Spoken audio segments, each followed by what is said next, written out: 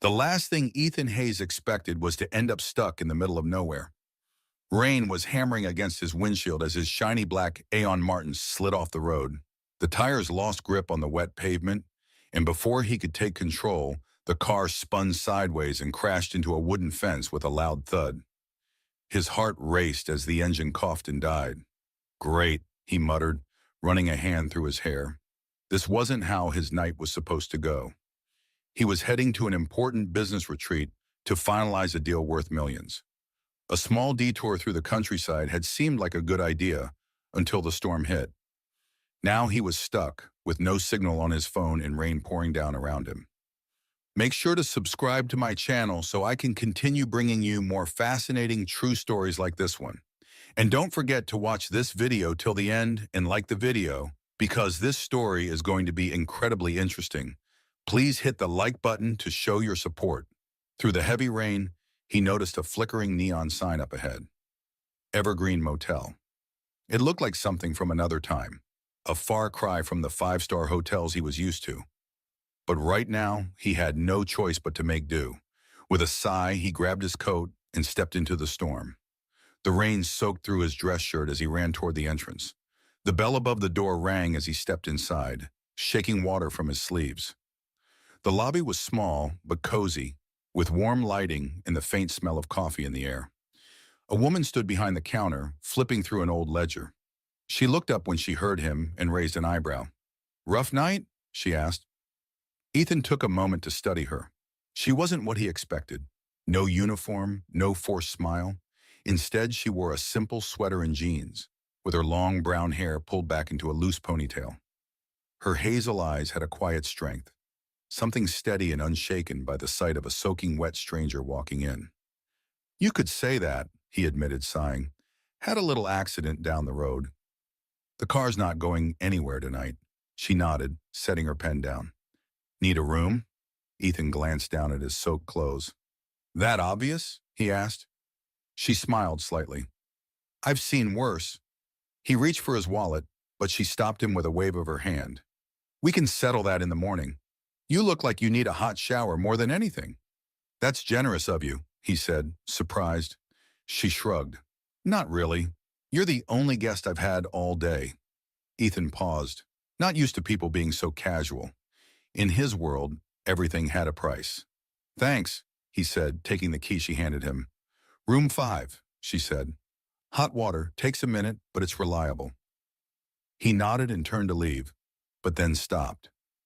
"What's your name?" "Sophia," she said simply. "Sophia," he repeated, testing the name. "I'm Ethan."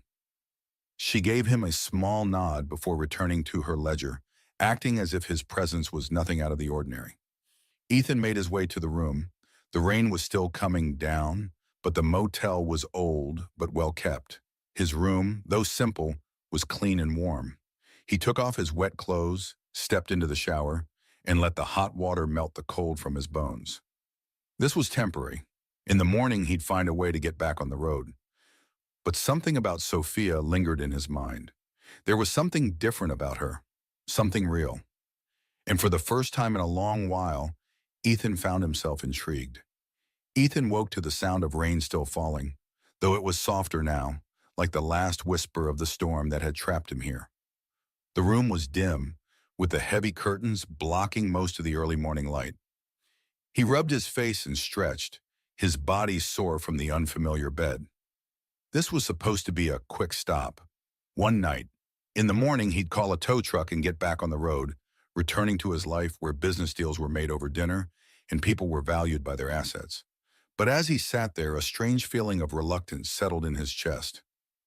He dressed quickly, slipping on his watch out of habit before stepping outside. The air was fresh, the storm having cleared the earth, leaving behind the smell of damp pine and fresh rain. The motel grounds, now visible in the early light, were simple but well kept. A few chairs were scattered near the office, and a weathered wooden bench overlooked the road. Ethan's attention was drawn to the sound of movement. Sophia was near an old pickup truck, her sleeves rolled up and her fingers smudged with grease. She was focused, twisting a wrench as she worked under the hood. "You're up early," Ethan said as he walked over. She barely looked up at him. Habit, she replied. He glanced at the truck. Engine trouble? Not mine, she said. A guest left it here months ago. Figured I'd get it running again. Ethan leaned against the side of the truck, watching her work. You do everything around here? Sophia smirked slightly. Pretty much. Run the front desk, fix cars. What else? She wiped her hands on a rag. I also clean the rooms, do the books, and sometimes make coffee that doesn't taste like burnt regret. Ethan chuckled, surprised at how easily she made him laugh. Sounds exhausting. It's home. There was something in the way she said it that made him pause. A quiet certainty that he wasn't sure he'd ever felt about any place before. Before he could respond, a sharp bark echoed from behind the motel. A moment later, a large, scruffy dog came bounding around the corner, stopping only when it saw Ethan. The dog tilted its head, eyeing him suspiciously. Sophia crouched down and ruffled the dog's ears. Relax, Max. He's not a threat. Ethan raised an eyebrow. I don't think he believes you. Max huffed but lay down next to Sophia, his tail wagging slowly. Ethan looked at her, his curiosity growing. So you run this place alone? He asked. Sophia nodded. My dad used to own it. When he passed, I took over. There was a shift in her tone, not sadness exactly, but something heavy from carrying the past by herself. Must be a lot to handle, he said. She shrugged. It's mine, that's enough. Ethan studied her. There was no bitterness in her voice, no anger, just quiet determination. It was refreshing. Before he could speak, Sophia wiped her hands on her jeans and nodded toward the road. Your car still out there? Yeah, he said. I was going to call for a tow. Sophia glanced at the sky. Town signals spotty when there's a storm. You'll have better luck at the diner down the road. Ethan looked at the road ahead. Diner? Best coffee within 50 miles, she said. And by best, I mean it won't kill you. Ethan smirked. That's a glowing review. She grinned. I aim for honesty. He hesitated, then said, Come with me. Sophia raised an eyebrow. Why? You vouch for the coffee. If it's terrible, I'll need someone to blame. She thought for a moment, then nodded. All right, but if you cry over burnt toast, I'm leaving you there. They walked to her truck, with Max trotting behind them. Ethan opened the passenger door, pausing as he looked inside. The worn leather seats and the old radio with faded buttons were a far cry from the sleek, high-tech vehicles he was used to. Yet as Sophia started the engine and they drove down the road, he found himself enjoying the simplicity of it. The town was small, the kind where everyone probably knew each other. A few stores lined the main street, their signs slightly faded but welcoming. The diner sat at the corner, its neon sign flickering as they parked. Inside, the smell of coffee and syrup filled the air. A few locals sat in booths chatting softly. Sophia slid into a seat by the window, and Ethan followed. A waitress came over, setting down 2 mugs without needing to ask. Morning, Sophia. Morning, Maya, Sophia replied. Maya glanced at Ethan, then back at Sophia with a knowing look. New? Temporary? Sophia nodded. Maya hummed and moved away. Ethan smirked. Do I get a menu, or do you all just decide for me? Maya chuckled as she walked off. Sophia ordered the usual. Ethan leaned back in his chair.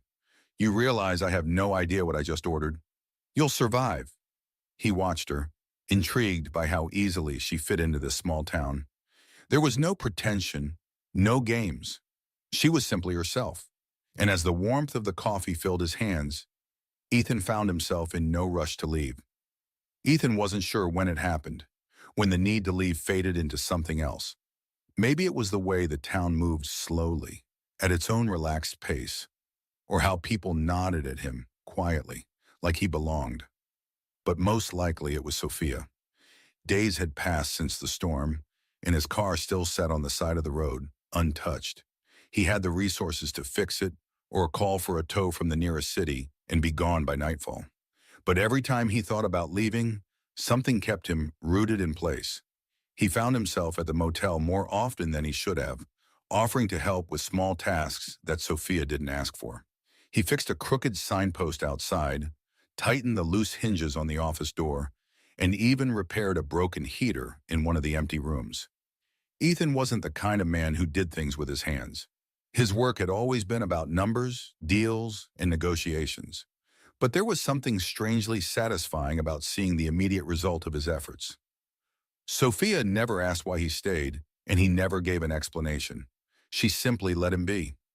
One afternoon, she found him in the back lot, crouched next to Max, tossing a worn tennis ball across the gravel. The dog chased after it eagerly, his tail wagging as he stopped to retrieve it. "You keep doing things like that," Sophia said, leaning against the fence, "and he'll expect you to stay forever." Ethan smirked, scratching behind Max's ears. Maybe he just appreciates good company. Sophia crossed her arms, the sunlight catching strands of her hair, making them glow like gold. "You don't seem like the kind of guy who sticks around anywhere for long." He let her words hang in the air for a moment before answering. "I'm not." She didn't press for more, but he could tell she was waiting for him to explain. He wasn't sure he had an explanation, at least not one that made sense. Instead, he turned the question back on her. "And you? Ever think about leaving?" Sophia exhaled slowly, her fingers drumming against her arm. "I used to. When I was younger, I thought I'd end up somewhere else. A city, maybe, somewhere with bright lights and noise where no one knew my name." Ethan studied her, sensing there was more, but she glanced at the motel behind them. "But then life happened," she continued. "My dad got sick and this place needed me. After a while, it just became my world." He could hear the weight in her words, the quiet acceptance. She wasn't bitter. If anything, she seemed at peace with the choice she had made. "You don't regret it?" he asked. She shook her head. "No. This place, it's not much, but it's mine. And I like knowing that what I have, I built with my own hands." Ethan looked down at Max, who had dropped the ball at his feet, waiting expectantly.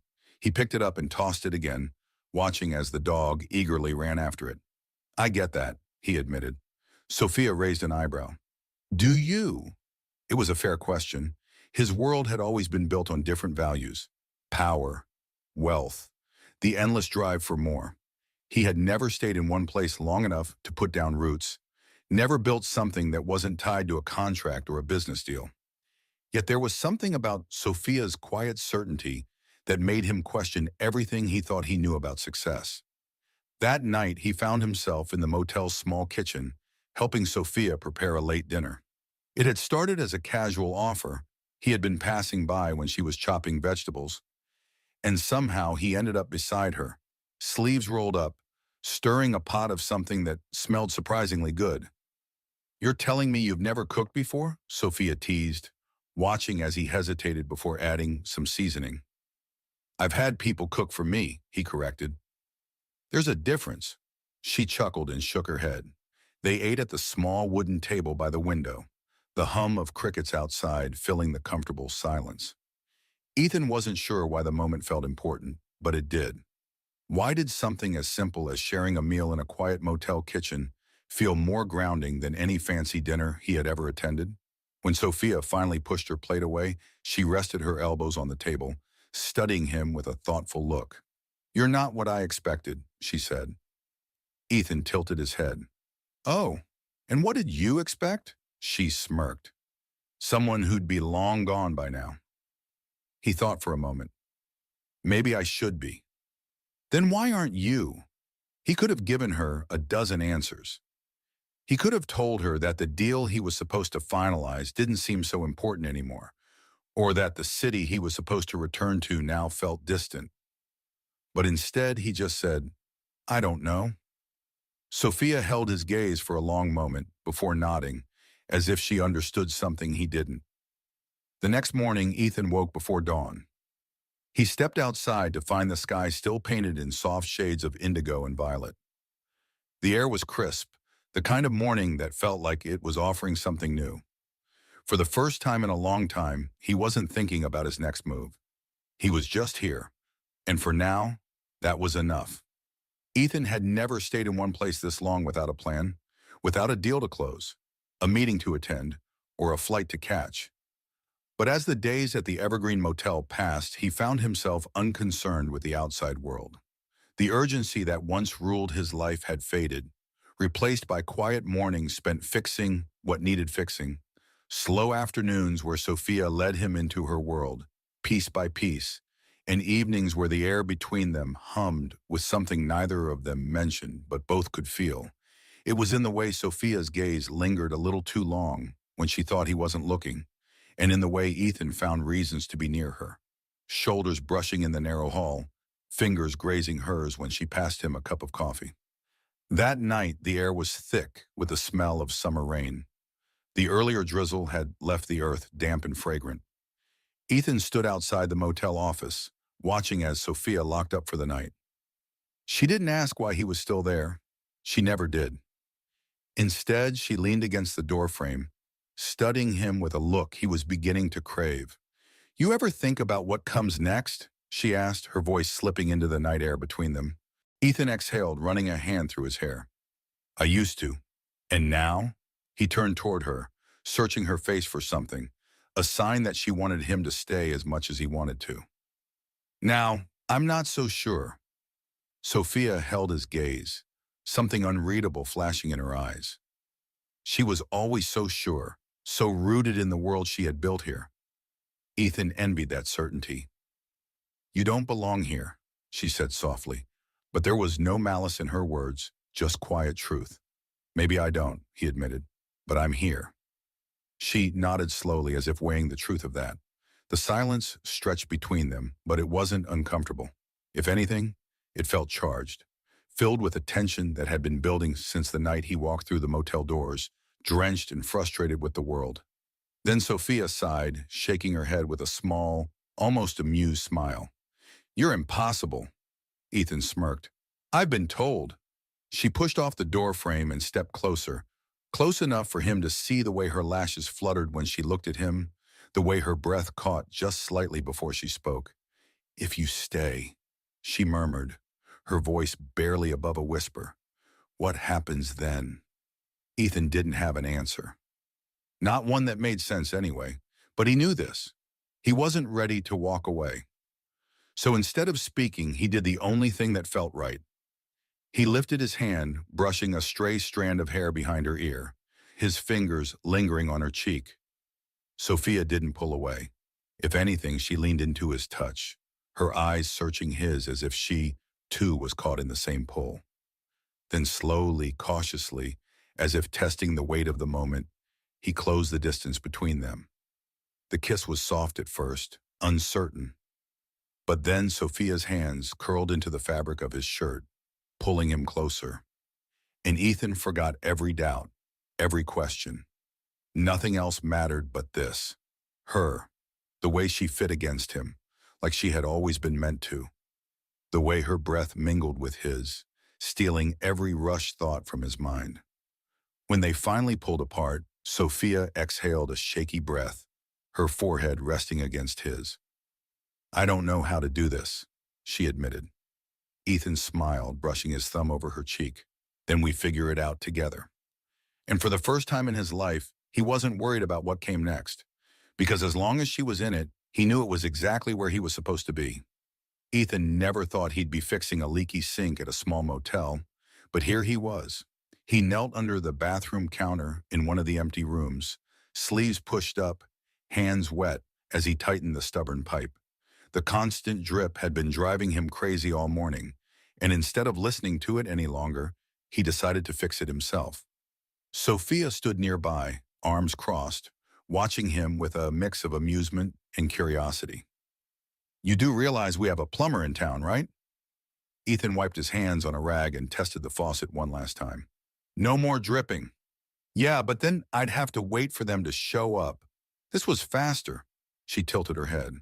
"You're really sticking around, huh?" He met her gaze, something unspoken passing between them.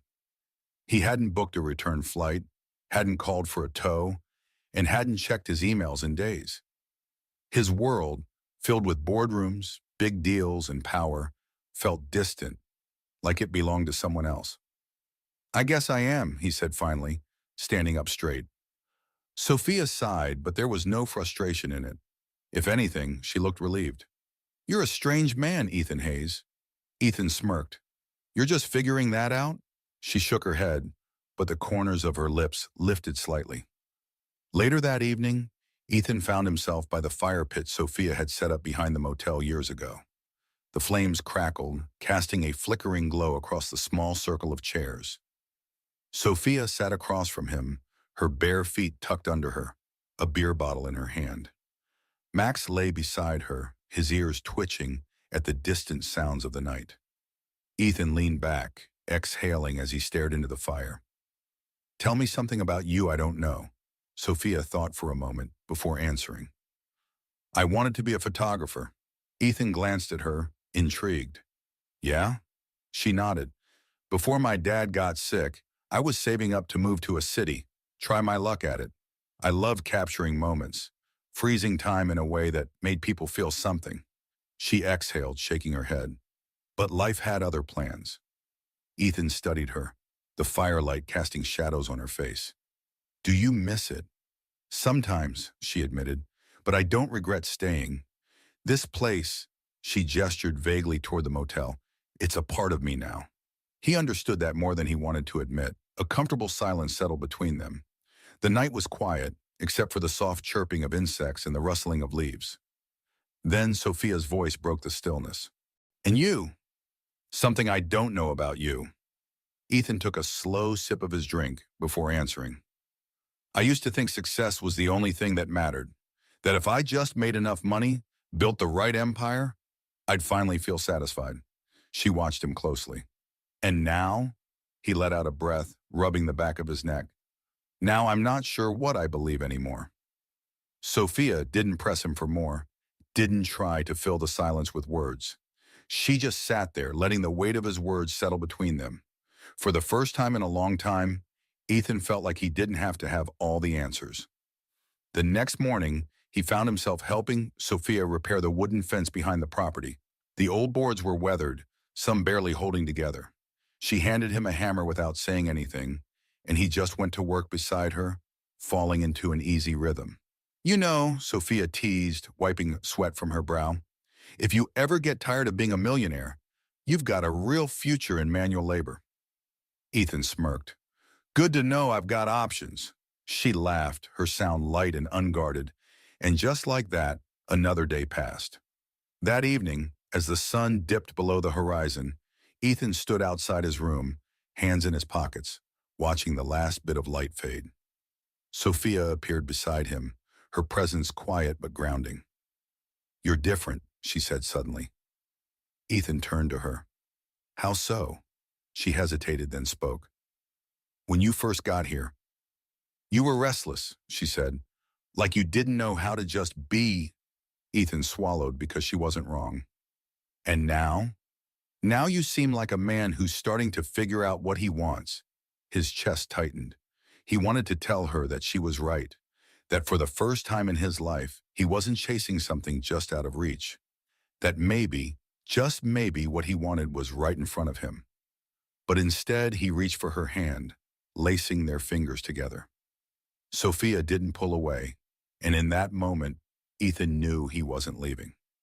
Not this time. Ethan sat on the back steps of the motel, watching as Sophia moved through the garden behind the property. The sun was slowly setting, casting a warm, golden glow over the uneven rows of flowers and wild herbs she had planted over the years. She knelt beside a cluster of lavender, brushing her fingers over the blossoms, inhaling deeply before tucking a loose strand of hair behind her ear. He had never met anyone like her. Someone who could find contentment in the simplest things. Someone who wasn't chasing more, wasn't consumed by ambition or greed. Sophia had built a life for herself, one that wasn't about power or wealth, but about something far more difficult to find: peace. And somehow she had pulled him into it. He ran a hand down his face, exhaling slowly. He couldn't ignore the truth any longer. This wasn't just some detour. This wasn't temporary. He didn't want it to be. For the first time in years, he wanted to stay. Sophia stood and dusted her hands off on her jeans before making her way toward him. Her expression was unreadable. She stopped just shy of the steps, tilting her head as she studied him. "You've been quiet today," she said. Ethan leaned back on his elbows, gazing up at her. "Just thinking." Her lips quirked slightly. "Dangerous habit." He chuckled quietly, but didn't look away. I need to tell you something. She hesitated, then lowered herself into the step beside him, her knee almost brushing his. All right. His throat tightened. He wasn't sure how to begin. How could he explain that this was the first time in his life he felt like he wasn't chasing something empty? That he had spent years thinking success meant something completely different than what he was starting to understand now. I wasn't supposed to be here, he said slowly. That night when my car broke down, I was on my way to finalize a deal. Something big, the kind of thing that would have made the company even bigger, even stronger. Sophia listened, her expression unreadable. But for the first time in his life, he didn't follow the plan. I didn't make the calls, I didn't rush to fix it, and I think a part of me knew even then I wasn't in a hurry to leave. Sophia glanced down, her fingers curling over the edge of the step. And now? Ethan asked, reaching out to take her hand in his. Now I don't want to go back. Her breath caught, but she didn't pull away. I thought I knew what I wanted, he continued. I thought I had everything figured out. But then I met you, and you showed me something I didn't even know I was missing. Sophia swallowed hard, her gaze flickering to the horizon before returning to him. Ethan, I'm not saying I have all the answers, he interrupted gently. I just know that when I think about leaving, it doesn't feel right. And when I think about staying, he squeezed her hand. It does. Sophia exhaled sharply, shaking her head with something like disbelief. You don't belong here. I belong with you, he corrected. Silence stretched between them, thick with something unspoken. Then finally, Sophia's fingers tightened around his. You terrify me, she whispered. Ethan frowned. Why? Because I don't know how to do this, she admitted, her voice barely above a murmur. I built this life alone. I never let myself want more, because wanting more means risking losing it. Ethan lifted a hand, brushing his thumb over her cheek. Then let's risk it together. Her eyes searched his, looking for something. Maybe reassurance. Maybe certainty. Whatever it was, she must have found it, because in the next moment, she leaned forward, her lips meeting his in a kiss that stole the air from his lungs. It wasn't hesitant. It wasn't cautious. It was everything. When they finally pulled apart, Sophia rested her forehead against his, her breath mingling with his. You're really staying? She asked, her voice barely above a whisper. Ethan smiled, pressing a kiss to her forehead. Yeah, I'm staying. And just like that,